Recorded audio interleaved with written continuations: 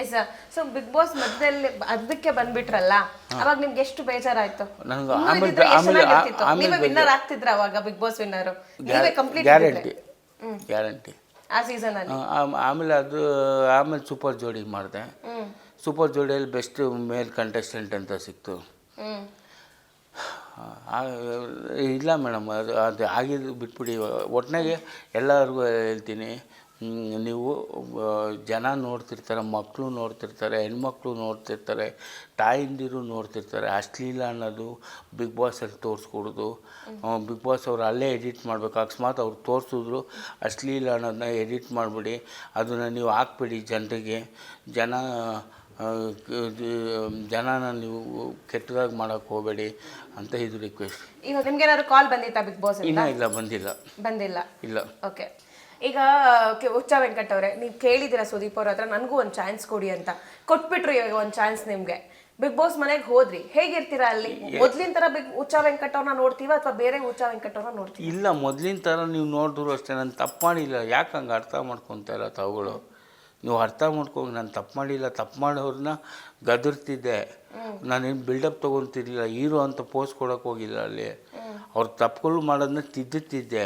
ನಾನು ತಪ್ಪು ಮಾಡಿದೆ, ಟಾಸ್ಕ್ಗಳು ಎಲ್ಲ ಮಾಡಿಲ್ಲ. ಯಾಕಂದರೆ ಆ ಟಾಸ್ಕ್ಗಳು ನನಗೆ ಅನಿಸ್ತು ವಲ್ಗರ್ ಆಗಿತ್ತು. ಕೆಲವು ಟಾಸ್ಕ್ ವಲ್ಗರ್ ಆಯಿತು, ಕೆಲವು ಟಾಸ್ಕ್ಗಳು ನನಗೆ ಇಷ್ಟ ಆಗಿಲ್ಲ.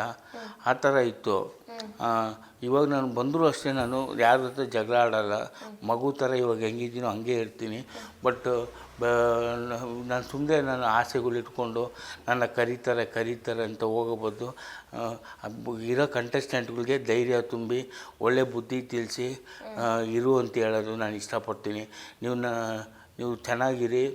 ನಿಮ್ಗೆ ಅವಕಾಶ ಸಿಕ್ಕಿದೆ ಬಿಗ್ ಬಾಸಿಂದ. ನಿಮ್ಗೆ ಒಳ್ಳೆ ವರ್ಕ್ಸು ಸಿನಿಮಾದಲ್ಲೂ ಸಿಗುತ್ತೆ, ನನಗೂ ಸಿಕ್ತು. ಬಟ್ ನೀವು ಜನ ನೋಡ್ತಾ ಇರ್ತಾರೆ ಅಂತ ಒಂದು ಗಮನ ಇಟ್ಕೊಳ್ಳಿ. ಯಾವುದೇ ಕಾರಣಕ್ಕೂ ಅಶ್ಲೀಲ ಪದಗಳು, ಅಶ್ಲೀಲ ಇಟ್ಕೊಟ್ಟು ಒನ್ ಟೈಮಲ್ಲ, ಈಗಲೂ ನೀವು ಡೈರೆಕ್ಷನ್ ಮಾಡ್ಬೋದು. ಬಟ್ ಆದರೆ ಹುಚ್ಚ ವೆಂಕಟ್ ಅವರು ಡೈರೆಕ್ಷನ್ ಮಾಡ್ತಿಲ್ಲ, ಯಾಕೆ?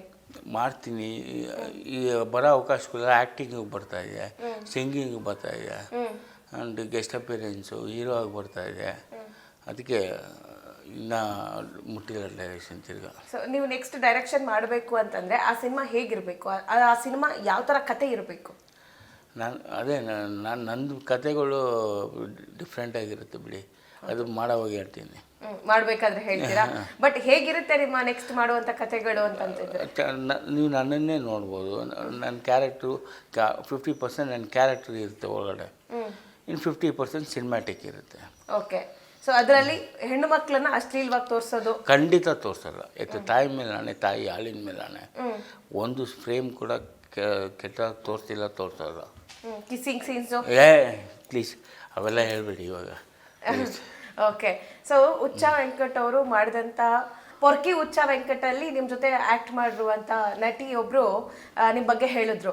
ಹುಚ್ಚ ವೆಂಕಟ್ ಅವರು ಎಲ್ಲ ನಿರ್ದೇಶಕರಿಗಿಂತ ಬೆಸ್ಟ್ ಅವರು, ಅದು ಕೊಡು ಇದು ಕೊಡು ಅಂತ ಕೇಳೋ ನಿರ್ದೇಶಕರ ಮಧ್ಯದಲ್ಲಿ ಹುಚ್ಚ ವೆಂಕಟ್ ಅವರು ತುಂಬ ಡೀಸೆಂಟು. ನಾವು ಕೇಳಿದಷ್ಟೇ ಹಣವನ್ನು ಕೊಟ್ಟು ನಮ್ಮನ್ನು ಗೌರವಾನ್ವಿತವಾಗಿ ನಡೆಸ್ಕೊಂಡ್ರು. ಅವ್ರ ಹತ್ರ ಕೆಲಸ ಮಾಡೋದಕ್ಕೆ ನಾನು ಖುಷಿ ಇದ್ದೆ ಅಂತ ಹೇಳಿದ್ರು. ಅಂದರೆ ನೋಡಿ, ಅಂದರೆ ಸ್ಯಾಂಡಲ್ವುಡ್ನಲ್ಲಿ ಈ ಪ್ರೊಡ್ಯೂಸರ್ಸ್ಗಳು, ಡೈರೆಕ್ಟರ್ಸ್ಗಳು ಹೆಣ್ಣು ಮಕ್ಕಳನ್ನ, ನಟಿಯರನ್ನ ಬೇರೆ ಥರ ಟ್ರೀಟ್ ಮಾಡ್ತಾರೆ. ಸೊ ಅದು ಒಂದು ಸುದ್ದಿ ಬಂದಾಗ ನಿಮ್ಮನ್ನು ಹೊಗಳಿದ್ರು. ನಿಮ್ಮ ಜೊತೆ ಕೆಲಸ ಮಾಡಿದ್ದೆ ನಾನು, ಚೆನ್ನಾಗಿ ಕೆಲಸ ಅಂದರೆ ನಮ್ಮನ್ನು ಚೆನ್ನಾಗಿ ನೋಡ್ಕೊಂಡಿದ್ರು ಅವರು ಅಂತ ಹೇಳಿದರು. ಏನು ಹೇಳ್ತೀರಾ ಇದ್ರ ಬಗ್ಗೆ? ಯಾರು ಅಷ್ಟೇ ಸಿನಿಮಾ ಹೆಸರಲ್ಲಿ ಹೆಣ್ಮಕ್ಳನ್ನ ಮಿಸ್ಯೂಸ್ ಮಾಡ್ಕೊಂಬೇಡಿ. ಇದು ರಿಕ್ವೆಸ್ಟು. ನಮ್ಮನೇಲಿ ಒಂದು ತಾಯಿ ಇರ್ತಾರೆ. ಆ್ಯಂಡ್ ಪ್ರೀತಿ ಮಾಡೋದು ತಪ್ಪಲ್ಲ, ವಲ್ಗಾರಿಟಿ ಮಾಡೋದು ತಪ್ಪು. ಇದು ರಿಕ್ವೆಸ್ಟು. ಯಾರು ಅಷ್ಟೇ ಸಿನಿಮಾಗಳು ಮಾಡೋ ಹೀರೋಯಿನ್ನ ಮಿಸ್ಯೂಸ್ ಮಾಡ್ಕೊಂಬೇಡಿ. ಆ್ಯಂಡ್ ಹೀರೋಯಿನ್ಗಳು ಅಷ್ಟೇ, ನೀವು ಅಷ್ಟೇ ಮೋಸ ಹೋಗಬೇಡಿ. ಸಿನಿಮಾಗೋಸ್ಕರ ನೀವು ಮೋಸ ಹೋಗಿ ಆಮೇಲೆ ಸಿನಿಮಾ ರಂಗದಲ್ಲಿ ಎಷ್ಟು ವರ್ಷ ಇರ್ತೀರ?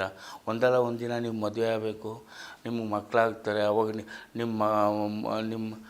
ನಿಮ್ಮ ಗಂಡ ಅಥವಾ ನಿಮ್ಮ ಮಕ್ಕಳಿಗೆ ಈ ವಿಷಯ ಗೊತ್ತಾದರೆ ವಲ್ಗರಾಗಿ ಮಾಡಿರೋದು ಅವೆಲ್ಲ ಗೊತ್ತಾದರೆ ನಿಮ್ಮನ್ನು ಯಾವ ಥರ ಟ್ರೀಟ್ ಮಾಡ್ಬೋದು, ಅವ್ರು ಯಾವ ಥರ ನೋವು ಅನುಭವಿಸ್ಬೋದು ಯೋಚನೆ ಮಾಡಿದ್ದೀರ? ಒಂದು ಐಟಮ್ ಸಾಂಗ್ ಮಾಡಿರೋ ಹುಡುಗಿನೇ ಪಕ್ಕದಲ್ಲಿ ಕೂತ್ಕೊಂಡು ಅವರ ಮನೆಯವ್ರಿಗೆ ಐಟಮ್ ಸಾಂಗ್ ತೋರ್ಸೋಕ್ಕಾಗುತ್ತಾ?